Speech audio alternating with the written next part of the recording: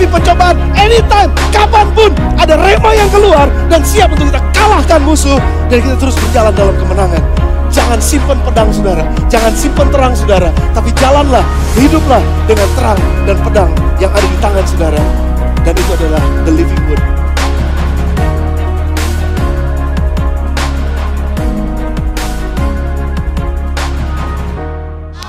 Kasih tepuk tangan buat Tuhan. Yes. Good. Kasih tepuk tangan buat teman-teman saya yang hebat. Para usher, parkir, sound system, soundman semuanya terima kasih banyak. Lihat kiri kanannya, depan belakang. Bapak Ibu, teman-teman. Yes. Bahagia banget kelihatannya ya. Kasih salam buat mereka. Kasih senyum. Kasih duit. Kasih angpau. Kasih makan, boleh. Gak masalah. Good, silakan duduk. Selamat siang guys. Saya dari pagi tadi. Emang gue pikirin dari pagi. Dari 5:30 pagi ada di sini.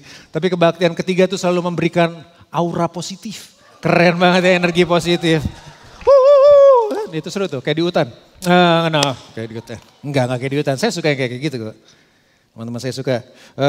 Tadi Kevin, Rema, udah bicara mengenai bahwa selama 1 bulan kita akan berbicara mengenai this is our God. Ini Tuhan yang kita sembah. Terus kemudian tema hari ini berbicara mengenai Yesus dan kelahirannya. Ini kebaktian ketiga kan banyak anak muda, asik. Kita bicara mengenai Yesus dan kelahirannya, tadi saya juga 1-2 udah berbicara. Mari kita buka Alkitab kita Matius pasal yang pertama. Ayat yang ke-18. Kelahiran Yesus Kristus adalah seperti berikut. Pada waktu Maria ibunya bertunangan dengan Yusuf, ternyata ia mengandung dari Roh Kudus. Sebelum mereka hidup sebagai suami istri. Karena Yusuf suaminya seorang yang tulus hati dan tidak mau mencemarkan nama istrinya di muka umum, ia bermaksud menceraikannya dengan diam-diam. Tapi ketika ia mempertimbangkan maksud itu, malaikat Tuhan nampak kepadanya dalam mimpi. Dan berkata, Yusuf anak Daud, janganlah engkau takut mengambil Maria sebagai istrimu, sebab anak yang di dalam kandungannya adalah dari Roh Kudus. Ia akan melahirkan anak laki-laki dan kau akan menamakan dia Yesus. Karena dialah yang akan menyelamatkan umatnya dari dosa mereka. Hal itu terjadi supaya genaplah yang difirmankan Tuhan oleh Nabi. Terus? Sesungguhnya anak darah itu akan mengandung dan melahirkan seorang anak laki-laki. Dan mereka akan menamakan dia Immanuel yang berarti Allah menyertai kita. Sesudah bangun dari tidurnya, Yusuf berbuat seperti yang diperintahkan malaikat Tuhan itu kepadanya. Ia mengambil Maria sebagai istrinya, tapi tidak bersetubuh dengan dia sampai ia melahirkan anaknya laki-laki dan Yusuf menamakan dia Yesus. Kisah familiar, apalagi udah menjelang bulan Desember. Ya, udah bulan-bulan Natal kayak gini kan tadi udah kasih tahu lagunya udah lagu-lagu Natal.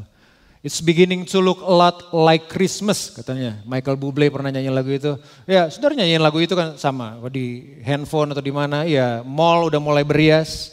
Udah mulai banyak kata sale itu menjadi kata-kata yang menarik begitu banyak para wanita untuk kembali datang kepada mall-mall tersebut. Kata sale pisang kah, sale maksudnya diskon-diskon itu kan kita suka banget kayak begitu.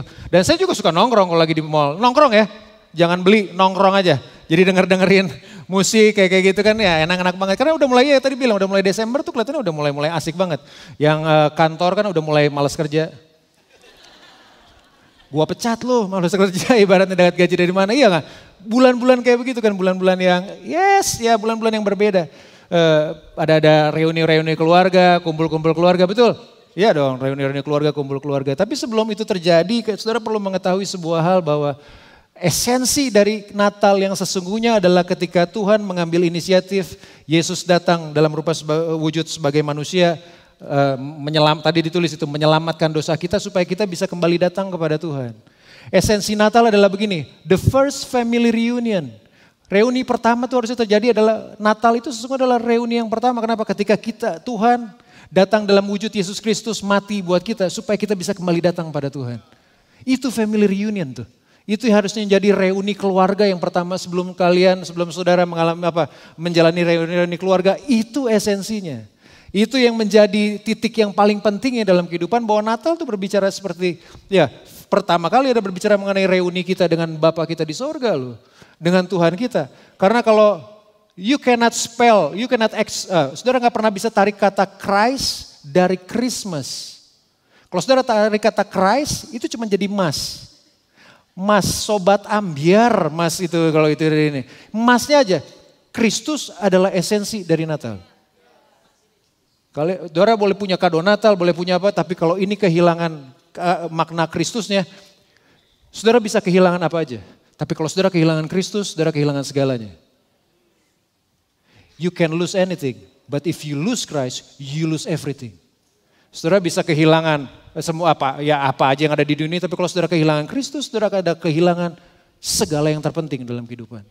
Nah, kita mengerti, kita tahu tentang ceritanya, mengenai cerita tentang Natal ini. Nah, kita seringkali kan bacanya, ya Maria mengandung Roh Kudus, kemudian melahirkan Tuhan Yesus, datang hadir ke dunia. Maria datang, Tuhan Yesus Maria waktu hamil tua dari Nazaret turun ke Bethlehem pada saat itu. Itu Nazaret ke Bethlehem itu jaraknya 153 sampai 157 km. Lagi hamil tua. 157 km, nggak ada ojek, jalanan becek, susah semuanya. Jadi naik kuda.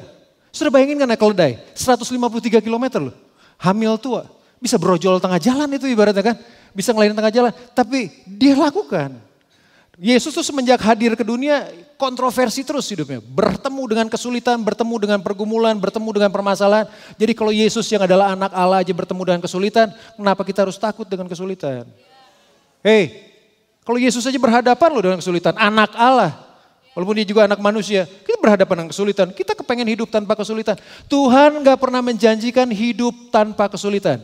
Tuhan adalah menjanjikan hidup penuh penyertaan. Itu yang Tuhan janjikan. Ya, dia gak pernah janjikan hidup tanpa persoalan, hidup tanpa pergumulan, tapi dia selalu menjanjikan hidup penuh penyertaan. Itu janjinya. Kalau saudara berharap hidup tanpa masalah, saudara sedang mau cepat-cepat berangkat ke Cipaku dan ke Gunung Gadung dan sekitarnya, ibaratnya. Iya dong, iya. Memang hidup di dunia itu harus ada masalah. Berhadapan dengan masalah, Yesus saja ngalamin. Cuman pertanyaannya bagaimana kita meresponinya. Itu kan yang penting kan. Semua kita berhadapan dengan masalah, saya kelihatan kok dari mukanya, kelihatan dari tampangnya di atasnya tuh ada pop up gitu, gue lagi masalah dengan enggak. Semua berhadapan dengan kita dengan masalah kan. Nah saudara bayangin kasusnya Yesus, Yusuf dan Maria. Alkitab tulis mereka bertunangan. Tapi Maria udah hamil duluan. Nah ini kisahnya cuma ini loh di Alkitab. Yang dia boleh hamil duluan. Karena hamilnya pun hamil karena Roh Kudus. Jadi bukan kemudian saudara bisa pulang, kemudian bisa melakukan hal yang sama. Enak aja loh ngawur. Nggak bisa, cuman ini doang. Dan saya harus kasih tahu, mumpung masih banyak anak muda. Prinsipnya Tuhan ini di luar sih. Itu Kejadian 1 ayat 28. Boleh dimunculin nggak? Sebentar aja saya klik. Saya sempat ingat tadi, karena banyak anak muda sih. Kejadian 1 ayat 28 kok. Ini konsepnya. Allah memberkati mereka, lalu Allah berfirman kepada mereka beranak cucu. Allah berkatin dulu, kemudian Tuhan berfirman, baru beranak cucu. Jangan ditukar prinsipnya. Hati-hati loh, enak. Ketika seks mungkin dijualnya seperti dijual murahan hari ini, no way. Ini gak bisa ditawar, ini harga mati, ini titik gak pakai koma. Ini prinsip nih. Tuhan berkati, Tuhan berfirman, baru beranak cucu. Itu jelas, kasusnya ini berbeda. Kasus yang tadi Maria berbeda, tapi ini jelas loh ya. Saya mau ini clear. Ini kalau bahasa jenderal nih, komandan, clear. Clean and clear, ini harus clear nih. Ini pandangan, bukan pandangan gereja loh. Ini bukan doktrin gereja, ini prinsip firman Tuhan. Kalau prinsip dilanggar, berkatnya jadi kutuk. Saudara mau hidup dalam kutuk terus-terusan? Langgar firmannya Tuhan. Ini prinsip loh. Karena ini anak muda banyak yang hadir. Siapa yang udah menikah? Siapa yang udah menikah? Yang udah menikah? Yes. Siapa yang belum menikah? Siapa yang kebelet pengen menikah? Itu kan pertanyaan pentingnya. Karena ada banyak yang gak pengen. Kebelet pengen menikah. Loh ini penting loh. Ini penting. Ini penting. Jangan ditunjuk. Aku udah tahu kerinduan hatinya. Masa harus di-endorse sih di depan fair kan gak ini banget kan ibarat. Back. Itu prinsip ya. Clear. Orang tua ajarin kalau anaknya belum ada di gereja nih harus diajarin. Ini prinsip gak bisa ditanggung. Allah berkatin, Allah berfirman. Waktu Tuhan berkati, Tuhan berfirman baru pernikahan muncul. Gak ada istilahnya diputar duluan hubungan suami istri kemudian Allah berkati. Gak bisa tuh. Ini prinsip loh, itu urutannya jelas. Kalau ada mungkin pacar kalian, pasangan kalian yang udah mulai ke sini. Lebih baik kehilangan pacar dibanding kehilangan masa depan. Dapat satu aja susah kok ini mau diputusin. Itu cerita sedih lu aja, jangan sedihnya saya ibaratnya. Loh itu prinsip lo ya. Lihat yang laki-laki gak bisa kurang ajar. Kalau laki-laki mulai kurang ajar, lepasin aja. Tinggalin aja. Kalau yang perempuan ya harus tahu ini prinsip, ini berlaku dalam karena ini prinsipnya firman Tuhan, ini berlaku sampai selama-lamanya, ini prinsip loh. Jangan dilanggar. Kalau kalian langgar ini, saya ketemu begitu banyak dengar yang langgar kayak begini, hidupnya bukan surga loh. Neraka. Walaupun nanti bisa datang kepada Tuhan untuk datang bertobat, betul. God is the God of the second chance. Tuhan adalah Tuhan atas kesempatan kedua. Tapi itu butuh air mata yang banyak. Butuh menguras emosi, menguras air mata. Dibanding capek-capek kayak begitu, ikutin apa yang Tuhan mau. Ikutin apa yang Tuhan mau. Dia pasti bilang loh, kalau kamu lakukan semuanya melalui, dia bilang bulan lalu, melalui datang masuk lewat pernikahan melalui Kristus, saudara akan temukan padang rumput yang hijau. Ikutin prinsipnya. Jangan dilanggar. Kenapa jadi ngomong ginian? Anak-anak cute. Balik kasusnya yang berbeda. Kita kan baca Alkitab kan kayak begitu. Daud mengalahkan Goliat, cacat, ketepel, kena ke jidat, mati. Musa belah laut, jreng, kayaknya gampang. Tapi pernah bayangin gak jujur untuk kita dalam posisi mereka? Udah jujur. Anak-anak kayak kalian gitu ya. Udah tunangan, tenggat dia udah tunangan. Udah tunangan kemudian tiba-tiba. Pertama kali sebetulnya malaikat berbicara kepada Maria, itu di Lukas pasal yang pertama. Karena ini Matius pasal yang pertama, jadi ini sekarang malaikat bicara sama Yusuf. Maria hamil. Maria datang pada Yusuf. Cup.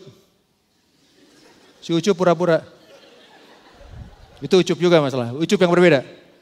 Cup, aku hamil. Gimana perasaan kita para lelaki? Hah? Cowok mana yang hamilin lo? Kan pertanyaan kan pasti begitu dong. Iya dong, cowok mana yang hamilin dia? Selingkuh ya? Loh katanya kan cinta kita akan selalu gak lekang oleh zaman. Kok bisa kita selingkuh sih, kamu selingkuh sih? Loh pertanyaannya kayak begitu kan. Cowok mana yang hamilin kamu? Saudara tahu jawabannya Maria? Tuhan. Matang udah jawabannya Tuhan. Roh Kudus yang menghamili, bukan yang menghamili ya. Roh Kudus yang turun menaungi aku sampai aku hamil. Loh bayangin, kita tuh bacanya tuh gampang loh. Bayangin mereka. Bayangin Maria dan Yusuf sudah punya pernikahan yang mereka idam-idamkan. Sewa di puri di Israel, ibaratnya gak saya sebutin mereknya, punya catering dari mana, semuanya Cinderella, nanti berangkatnya naik sepeda ontel, kayak gitu kan itu kan, atau naik kuda kan, naik keledai. Mereka punya yang mereka impi-impikan, pernikahannya mau model kayak gimana udah diimpi-impikan. Tapi that moment, bagaikan petir di siang bolong ibaratnya. Tiba-tiba ngomong kayak begitu, gampang gak? Enggak loh. Hancur semua cita-cita kita, hancur semua impian kita. Udah nabung duit, udah pesen duit di catering, udah pesen duit di sewa gedung, gak bisa ditarik kembali. Oh berantakan, yes. Sebelum Tuhan harus buat berantakan semua cita-cita kita, karena dari reruntuhan cita-cita kita Tuhan bisa munculkan cita-citanya Tuhan. Dan cita-citanya Tuhan selalu lebih hebat daripada cita-citanya kita. Come on, hey, cita-citanya Tuhan yang dari Tuhan datangnya selalu terbaik, termulia, terhebat, gak ternilai dari apapun juga. Makanya itu harus dihancurkan dalam peristiwa kayak begini. Kalau saya jujur untuk kemudian berada dalam posisi mereka, gue bisa gila. Sebentar lagi mau kawin, emang mau dibatalin undangannya? Itu baru bicara sama Yusuf. Bayangin Maria bicara sama bapaknya. Anak saya perempuan. Pak, aku hamil. Bapaknya bilang, yes! Enggak juga kan bapaknya. Bapaknya langsung keluarin golok, pedang dan teman-temannya lah. Laki-laki mana yang mencoba menghamili dia? Lo iya dong. Iya enggak? Jujur lah, Maria tuh anak baik-baik loh. Anak baik-baik. Makanya kalau namain anak nanti lahir namanya Maria. Itu bagus. Karena istri saya namanya Maria. Masalahnya.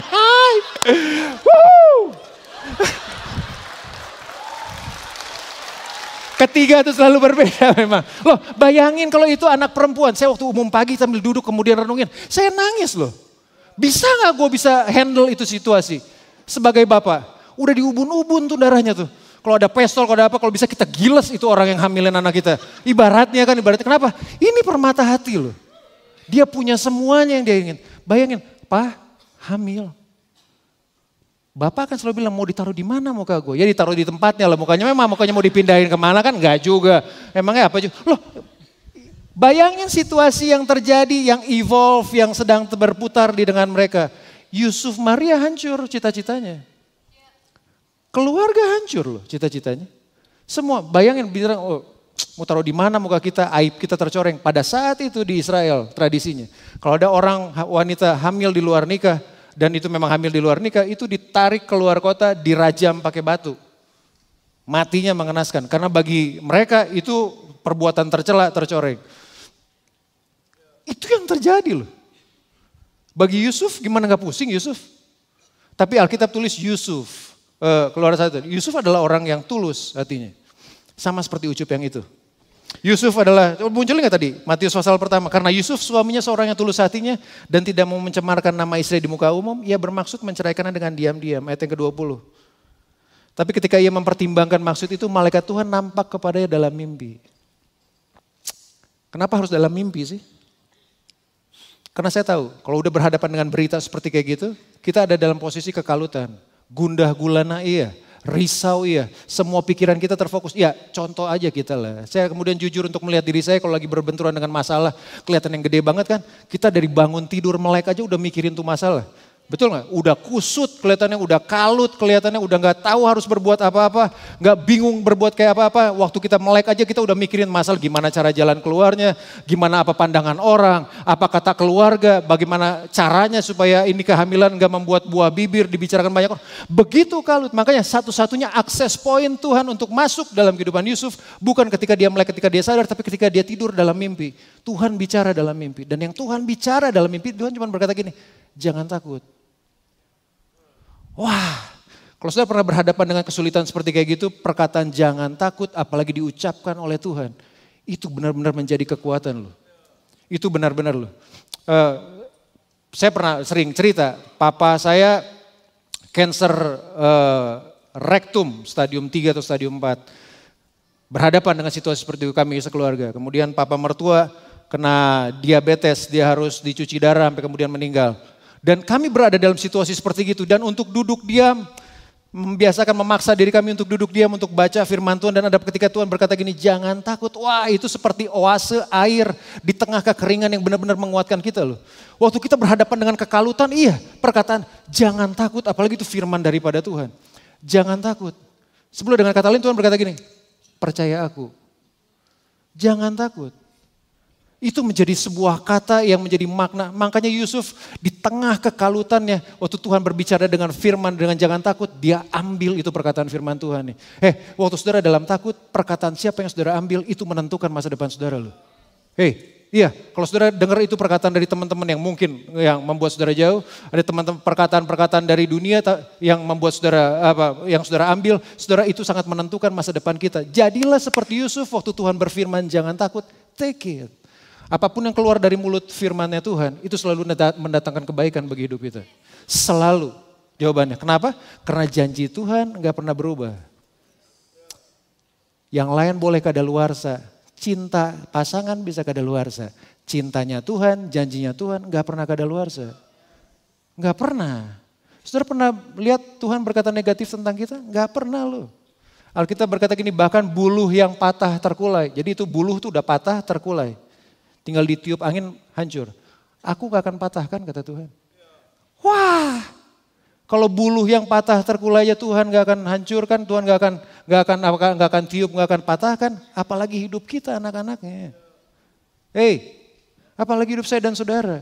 Ketakutan apa yang sedang mencengkeram saudara sekalian? Takut akan masa depan? Takut gak bisa biayain keluarga? Takut, semua ketakutan. Ketakutan apa yang sedang kita hadapin sekarang? Firman-Nya tetap sama, jangan takut. Percaya kepada aku, kata Tuhan. Sebenarnya Tuhan sedang ngomong buat Yusuf gini, semua yang terjadi dalam kehidupanmu, semua kesulitan-kesulitan yang akan kamu hadapin, bahkan kesulitan nanti kamu hadapin, ada aku di sana. Jangan takut. Percaya bahwa Tuhan, Alkitab berkata gini, engkau akan menamakan dia Immanuel. Allah menyertai umatnya. Jangan takut bukan karena sekedar bilang jangan takut karena ada pribadi yang besar yang menyertai hidup kita. Yang menyertai hidupnya Yusuf. Mana yang lebih mudah? Saya percaya pada Tuhan atau Tuhan percaya sama saya?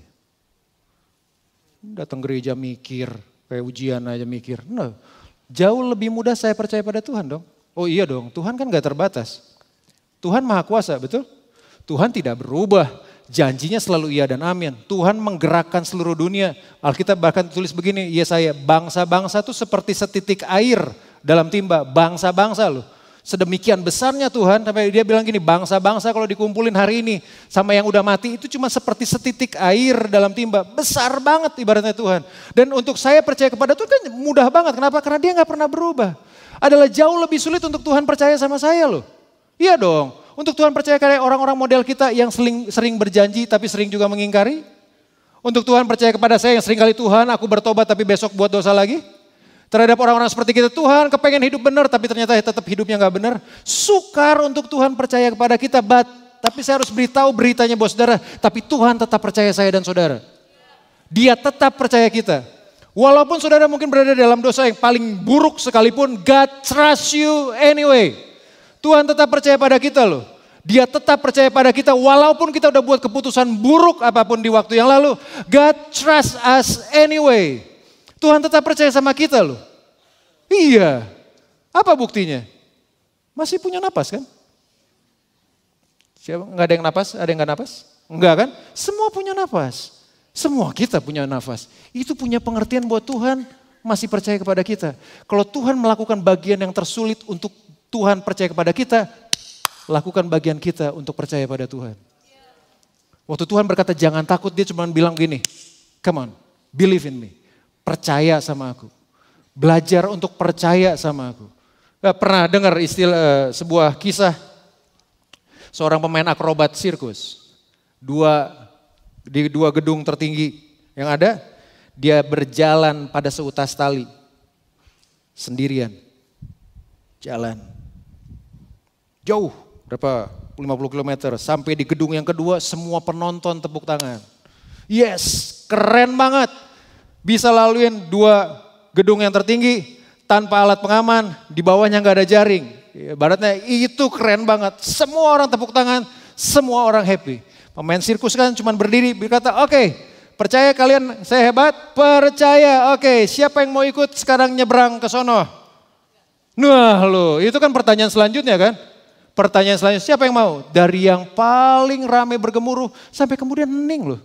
Semua ada pura-pura lagi main handphone gitu, biar gue gak ditunjuk, gue jangan ditunjuk, kan ibaratnya kayak gitu kan. Kalau lagi ulangan kan kayak gitu model-modelnya. Kalau lagi ditanya jangan ditunjuk, gak ada. Sampai tiba-tiba seorang, oh saya berani om. Oke. Dari sini, ditaruh di pundak, dia lewatin. Sampai di sini. Tepuk tangannya lebih keras lagi, kenapa? Ih keren banget bisa sampai di sini. Sekarang pertanyaannya udah bukan pertanyaan kamu hebat. Dia tanya ke anak kecilnya, kenapa kamu berani? Itu bapak gua. Iya loh, itu kan bapak dia. Sedemikian percaya, dia gak peduli tingginya jurang loh. Dia gak peduli sulitnya ini, yang dia percaya cuma bapaknya. Harusnya kehidupan percaya kita tuh seperti kehidupan kayak begitu. Kita gak sekedar percaya Tuhan waktu duit saudara banyak. Wah itu mah gampang banget percaya. Tapi bagaimana waktu kita lagi bisnis lagi turun? Kesukaran lagi melanda kita? Bagaimana ketika hubungan lagi terganggu? Masih belajar untuk percaya pada Tuhan? Itu sama seperti kasus itu, percayanya bukan sekedar percaya dengan omongan, tapi percaya dengan sebuah tindakan. Itu baru percaya. Saya baru pulang sebulan yang lalu, 3 minggu yang lalu ikut seminar marketplace. Itu seminar bagus banget. Firebiz. Jojo mana Jojo? Jojo gak ada ya? Sama Jojo kelihatan waktu itu. Itu keren banget. Cornelius Wing yang bicara. Saya selalu oke kalau dia bicara. Dia cerita, kemudian dia ada berapa yang cerita, ada hal yang dia bagikan. Tapi yang dia menarik adalah begini, 1 November 2019 kemarin. CNBC dan beberapa tulisan di beberapa media itu menulis. Hong Kong adalah negara pertama di Asia yang mendeklarasikan dia udah masuk resesi ekonomi. Hong Kong loh. Resesi ekonomi. Kalau dengar pidato Pak Jokowi kemarin untuk pembukaan, Indonesia hati-hati ya. 2020 resesi ekonomi global nih. Dia udah berapa kali tuh? Kalau lagi pertemuan dia selalu ngomong resesi ekonomi. Dan Hong Kong udah mulai duluan. Pertumbuhan ekonominya udah minus 3%. pertumbuhan ekonominya, minus 3%. Kemarin demo hampir 6-7 bulan, itu pukul habis semua bisnis yang ada di sana. Hong Kong itu salah satu kiblat ekonominya Asia. Kalau saudara belajar saham, itu Hang Seng kalau nggak salah Hong Kong. Itu selalu ada, kalau ke Indonesia punya Bursa Efek, Amerika punya Dow Jones, Hong Kong tuh punya Hang Seng kalau nggak salah. Jepang punya Nikkei, itu Hong Kong. Bayangin itu kiblat ekonominya Asia, rontok loh hari ini. Negara kedua yang disinyalir akan rontok itu Singapura. Pertumbuhan ekonominya 0,3% kalau nggak salah. 0, sekian persen. Loh bayangin nggak? Hong Kong, Singapura, secara ekonomi adalah negara-negara yang kita anggap kuat, lagi rontok hari-hari ini. Sebetulnya Tuhan tuh sedang menunjukkan kepada saya dan saudara bahwa dia adalah tetap Tuhan yang berkuasa atas apapun juga. Dia nggak pernah tergoncangkan oleh ekonomi, tergoncangkan oleh resesi. Alkitab buka Mika pasal yang keempat ayat yang pertama, ini firman Tuhan. Yang buat kita semua, Mika pasal 4 akan terjadi pada hari-hari terakhir. Gunung rumah Tuhan akan berdiri tegak mengatasi gunung-gunung. Gunung rumah Tuhan akan berdiri tegak mengatasi gunung-gunung dan menjulang tinggi di atas bukit-bukit. Bangsa-bangsa akan berduyun-duyun ke sana. Di hari terakhir, hari sekarang, Tuhan sedang pamerin kekuatannya bahwa kekuatan dunia itu akan hancur. Gunung-gunung itu berbicara mengenai kekuatan ekonomi, politik. Yang lain akan hancur, cuman gunung rumah Tuhan yang akan tinggi menjulang. Punya pengertian cuman orang-orang yang bergantung, berharap, percaya kepada Tuhan. Itu yang bukan sekedar survive dalam kehidupan, tapi akan memerintah bersama dengan Tuhan. Merasakan kebaikannya Tuhan, merasakan kekuatan daripada Tuhan. Loh, negara yang hebat secara ekonomi aja bisa rontok. Saudara mau bergantung pada siapa? Selain kepada Tuhan. Selain kepada Tuhan. Bagian yang paling gampang adalah kita untuk mempercayakan diri kita kepada Tuhan dibanding Tuhan mempercayakan dirinya kepada kita. Tuhan percaya kita loh. Bergantunglah sama Tuhan. Gunung apa saudara berdiri hari ini? Kekayaan, kehebatan, pikiran, koneksi yang jago. Gunung apa? Gunung Gadung kok. Gunung Gadung emang gak usah berdiri. Nanti juga kita akan kembali datang kepada dia. Pada waktunya ibaratnya. Enggak. Loh gunung apa yang saudara berdiri? Pastikan itu adalah gunungnya Tuhan. Pastikanlah itu adalah rasa percaya kita yang kita taruh kepada Tuhan. Firmannya Tuhan, malaikat Tuhan buat Yusuf adalah jangan takut. Percaya aja. Percaya aja. Kita seringkali pikir, apalagi anak muda, kita tuh gak pernah mati seringkali pikir. Karena saya pernah muda, walaupun sekarang masih muda. Asik. Nah, kita berpikir, enggak. Untuk kita menggerakkan begini untuk saya berbicara, kita butuh Tuhan loh. Hello? Waktu Tuhan berkata jangan takut, kita butuh Tuhan loh. Sangat-sangat butuh Tuhan. Tadi saya udah bicara yang kedua, hari ini bicara yang ketiga, tetangga di rumah saya tuh ya jempolnya begini, gak bisa balik begini. Begini, gak bisa balik begini. Coba tes jempol, enggak lah kelihatannya. Begini, gak bisa balik begini. Begini nih, dia gak bisa balik, dia datang ke dokter disuntik. Begini, 150.000. 150.000 buat balikin jempol, coba jempol saudara bolak-balik. Mau diputar-putar begini juga masih bisa kelihatannya. Artinya gitu, untuk gitu aja kan kita butuh Tuhan. Siapa sih kita? Untuk ngedipin mata aja kan butuh Tuhan. Bayangin kalau saudara gak bisa ngedip 1 jam. Ikan koki nih semuanya nih ibaratnya nih, ikan-ikannya semua. Untuk itu aja kita butuh Tuhan. Siapa kita sampai kita so jago bilang bahwa kita gak mau percaya pada Tuhan. Saya dari situ saya belajar loh. Tiap hari kalau ketemu meeting sama orang atau lagi ketemu sama orang harus duduk untuk cerita. Deep under my breath selalu dalam tarikan nafas saya, Tuhan aku gak bisa tanpa Tuhan. Tadi pagi sambil mempersiapkan hari ini juga saya harus datang lebih dahulu pagi-pagi. Bangun lebih pagi untuk duduk, Tuhan gak bisa nih tanpa Tuhan. Gak bisa, bergantung sepenuhnya gak bisa. Saya selalu sering bicara kalau boleh ada orang ganti ini Tuhan pelayanan. Tapi kan enggak, memang harus pelayanan harus jalan terus. Aku gak bisa Tuhan, memang gak bisa. Memang gak bisa. Siapa kita saudara bilang bisa? Saudara punya duit 1 triliun. Hari ini gempa nih sekarang. Duit 1 triliun saudara gak akan buat saudara selamat loh. Ayo coba. Gak usah coba lah. Saya juga gak mau ada di sini. Lebih baik di kota lain gitu ya. Enggak kan. Loh mau dicoba. Saudara pikir mau mengandalkan apa? Jangan takut. Percaya padaku kata Tuhan. Memasuki bulan Desember. Waktu-waktu ini. Mulai kejar hal yang esensi. Mulai kejar hal yang sangat penting. Matius 1 ayat yang pertama. Saya ingat ini nih, Matius 1 ayat pertama. Ini Matius 1 itu berbicara mengenai silsilah Tuhan Yesus. Inilah silsilah Yesus Kristus. Anak Daud, anak Abraham. Itu kalau saudara tarik ke pasal itu Itu ada 42 nama, itu bicara silsilah Yesus. Anak Abraham, anak ini, anak ini, anak ini. Tapi cuma ada 2 nama yang ada di atas. Inilah silsilah Yesus Kristus, anak Daud, anak Abraham. Itu ada 42 nama di bawah. Tapi cuma ditulis adalah anak Daud, anak Abraham. Kita udah bicara bulan lalu. Daud itu hebat bukan karena dia raja yang hebat. Daud itu hebat karena dia nempel sama Tuhan. Cuman dia nempel aja sama Tuhan. Cuman ada 3 orang yang ada di dunia ini. Cuman ada 2 orang di luar Tuhan Yesus. Yang Tuhan berkata gini, kepadanya aku berkenan. Itu pertama Tuhan Yesus. Itu yang kedua Henok. Yang ketiga namanya Daud. Saudara pikir Daud gak pernah buat salah? Dia salah banyak. Betul, dia salah banyak. Dia melakukan begitu banyak hal ke dalam kesalahan. Tapi Tuhan berkata bahwa dia menempel. Karena dia menempel pada hatinya, dia berkenan kepada Tuhan. Yang kedua adalah Abraham. Saudara tahu panggilannya Abraham? Friend of God. Sahabatnya Tuhan. 2 orang ini hebat bukan karena mereka punya kekayaan yang banyak. Bukan karena dia mengalahkan begitu banyak orang. 2 orang ini hebat karena hidupnya menempel pada Tuhan. Hidupnya bergantung pada Tuhan. Kalau ini raja hebat, orang-orang hebat. Abraham tuh kalau datang pada satu negara itu yang ngadepin dia presiden. Level dia udah level presiden. Jadi benar-benar orang pinter, punya power, punya kekuatan bagaimana pengawal, pasukan banyak bagaimana di belakangnya. Dia berkata gini, I am a friend of God. Yang buat dia hebat bukan kekayaan, nama baik, hikmatnya. Yang buat hebat karena dia bergantung pada Tuhan. Yang buat hebat karena dia mempercayakan hidupnya kepada Tuhan.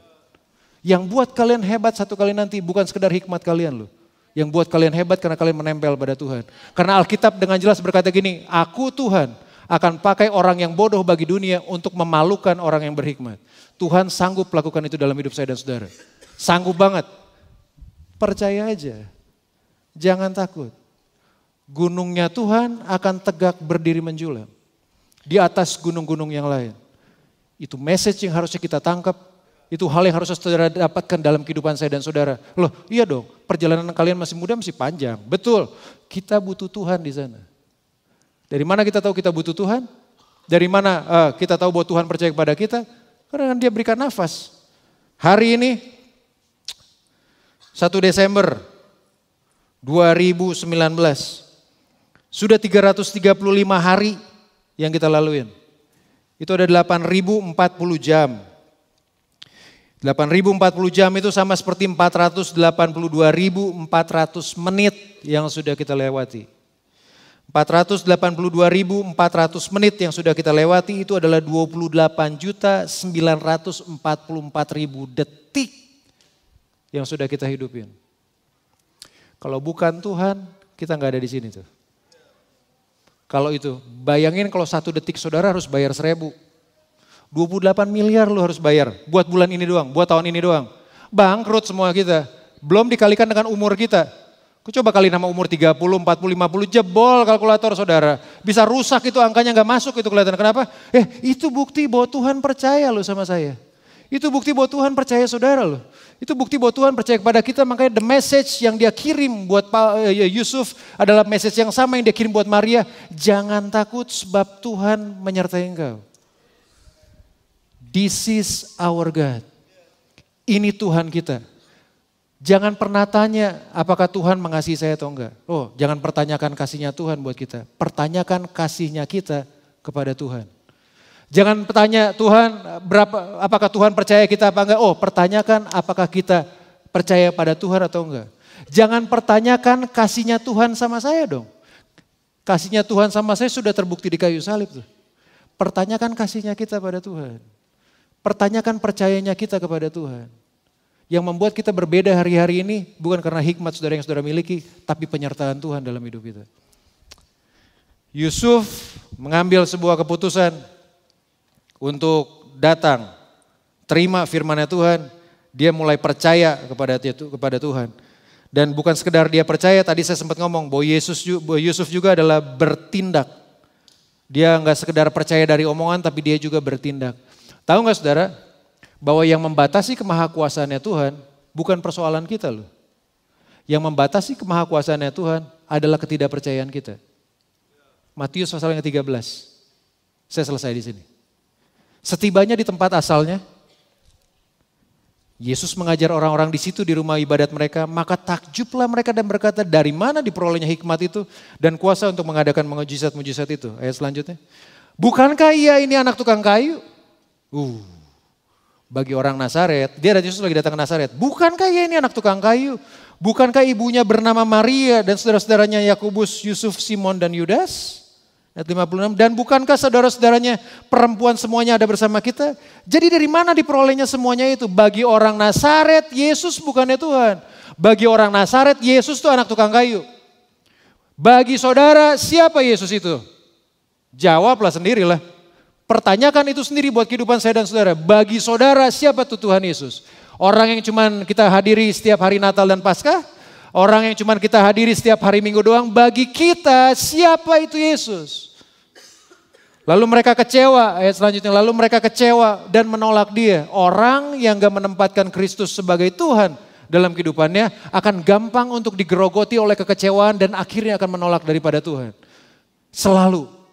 Kekecewaan itu akan selalu masuk buat orang-orang yang gak menempatkan Kristus, yang gak mempercayakan Kristus sebagai Tuhan dalam kehidupan. Lalu mereka kecewa dan menolak dia. Maka Yesus berkata kepada mereka, seorang nabi dihormati di mana-mana kecuali di tempat asalnya sendiri dan di rumahnya. Ayat ini loh selanjutnya. Dan karena ketidakpercayaan mereka, tidak banyak mujizat diadakan di situ. Dengan kata lain, kalau mau lihat banyak mujizat, saudara harus mulai belajar untuk percaya. Kalau saudara, Alkitab gak tulis waktu saudara percaya persoalan hilang. Enggak, Alkitab tulis waktu saudara percaya kepada Tuhan dan gak takut, mujizatnya akan muncul.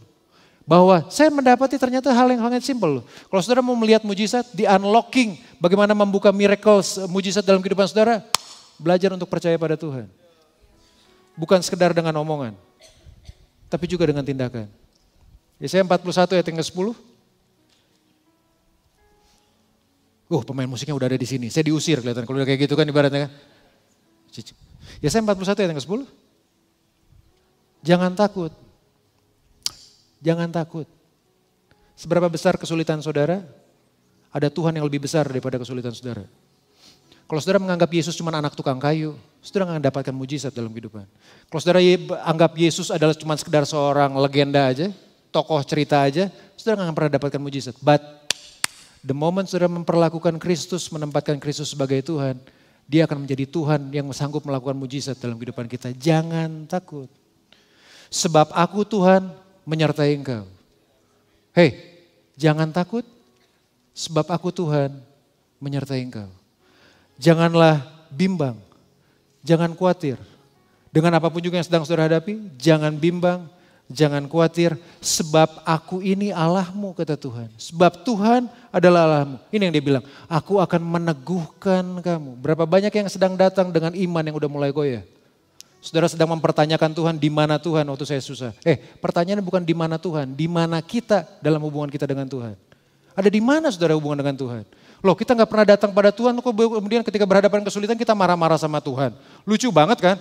Gak pernah nongol untuk diskusi sama Tuhan, gak pernah tanya Tuhan ini harus ngambil keputusan atau enggak. Ketika kita ngambil keputusan salah, Tuhan menjadi orang pertama yang kita salahin.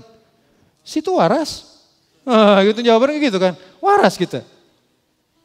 Tuhan akan meneguhkan engkau. Bahkan akan menolong engkau. Tuhan akan memegang engkau dengan tangan kanannya yang membawa kemenangan. Tangan kanan Tuhan tuh selalu berikan kemenangan. Berlari pada tangannya Tuhan, berlari kepada Tuhan, itu bukan keputusan bodoh. Itu keputusan terbijaksana yang bisa saudara ambil selama kita hidup di dunia. Karena dia adalah Tuhan yang gak pernah tinggalkan saya dan saudara. Mari bangkit berdiri sama-sama. Datang pada Tuhan pada siang hari ini. Ketakutan apa yang sedang cripples in, yang sedang menggerogoti kehidupan saudara? Karena saudara belum menikah bukan berarti saudara gak berhadapan dengan kesulitan. Iya, berhadapan dengan kesulitan. Sebut. Ketakutan apa, kekhawatiran apa yang sedang kita hadapi sampai pada hari ini. This is the word of God. Ini tetap firman-Nya Tuhan. Gak peduli kesulitannya mau model berapa, gak peduli levelnya mau ada di model berapa, tetap ini janjinya Tuhan. Kalau Tuhan berjanji sampai dia akan genapi, bahkan ketika kalau itu harus mengorbankan dirinya, dia akan genapin. Because he trusts us anyway. Karena dia tetap Tuhan yang mempercayai kita. Dia tetap Tuhan yang selalu memegang kehidupan kita. Pertanyaannya apakah Tuhan akan memegang kita atau enggak? Apakah kita mau dipegang oleh Tuhan atau enggak? Maukah saudara pegang tangannya Tuhan? Tangannya Tuhan akan selalu memegang kehidupan kita. Pertanyaan apa kita mau pegang tangannya Tuhan atau enggak? Siang hari ini buat sebuah komitmen di hadapan Tuhan. Bergantung kepada Tuhan, percaya kepada Tuhan. membiarkan Tuhan yang menjadi Tuhan dalam kehidupan kita semua. Karena cuma Dia sumber kekuatan, cuma Dia sumber harapan. Mari datang pada Tuhan sambil berdoa. Terima kasih Tuhan Yesus yang hari ini berbicara buat kami. Nyatakan pribadimu dalam kehidupan kami pribadi lepas pribadi. Bagi keluarga yang sedang berhadapan dengan bergumul dengan kesulitan apapun juga hari ini Tuhan. Firman-Nya tetap sama. Jangan takut, jangan bimbang.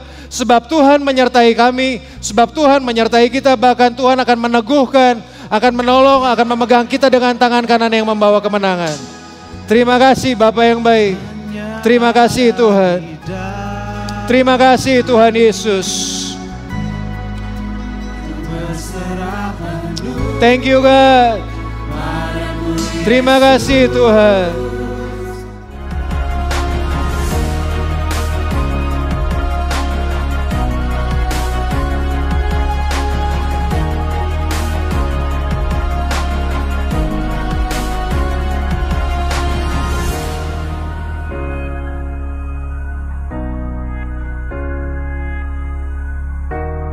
Audio standby.